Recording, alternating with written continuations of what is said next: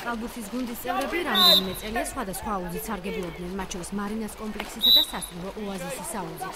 20 დღეა წვიმებს ვერ გადიან. საუბარია დაახლოებით 100-მდე მოზარდზე, რომლებიც წესისამებრ კვირაში 3 დღეს ვარჯიშობდნენ. მშობლები ამბობენ, რომ აუზის საკითხის მოწესრიგება აუცილებელია, რათა ახალგაზრდებს განვითარებისთვის ხელსაყრელი პირობები შეექმნათ.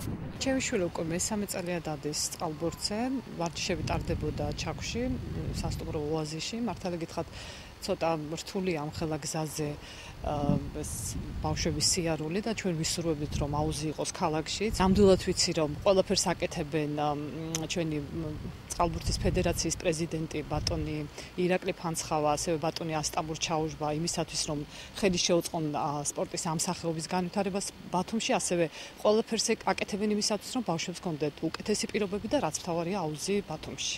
აჭარის სპორტის დეპარტამენტის ხელმძღვანელი მერაბ ნაგერვაძე ამბობს, რომ დეპარტამენტისთვის პირველი პრიორიტეტი ფეხბურთის მოედანი და მუნიციპალური აუზის შექმნა. თუმცა აუზის საკითხის მოწესრიგება მიმდინარე წელს არის თუ არა შესაძლებელი, ვერ აკონკრეტებს. დეპარტამენტის ხელმძღვანელი იმასაც ამბობს, რომ აუზის მშენებლობა შესაძლოა ინვესტორის და სახელმწიფოს ერთობლივ ხარჯზე მოხდეს.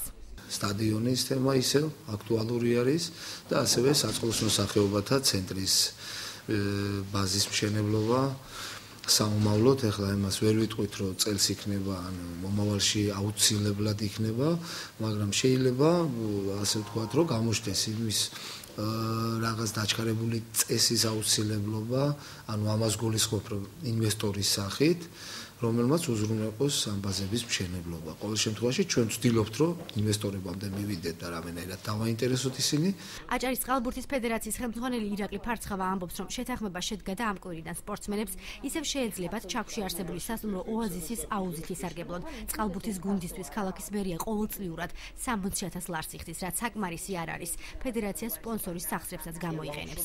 ვარ და აუზის გამო აუზი არ არის ბათუმში. ჩვენ დავდივართ მოლაპარაკება შედგა დღეს ხელი მოაწერეს. დღეს ფაქტურად დილის 10 საათიდან ჩაერთო წყალი თბება 3 დღეობა 20 გრადუსზე რო ავიდეს წყალი.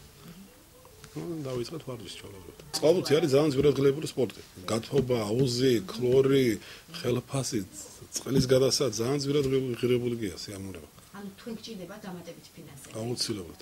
წყალბურთის ფედერაცია 4 წელი არსებობს. რამდენიმე წელი მას სამშენებლო კომპანია ანაგი აფინანსებდა.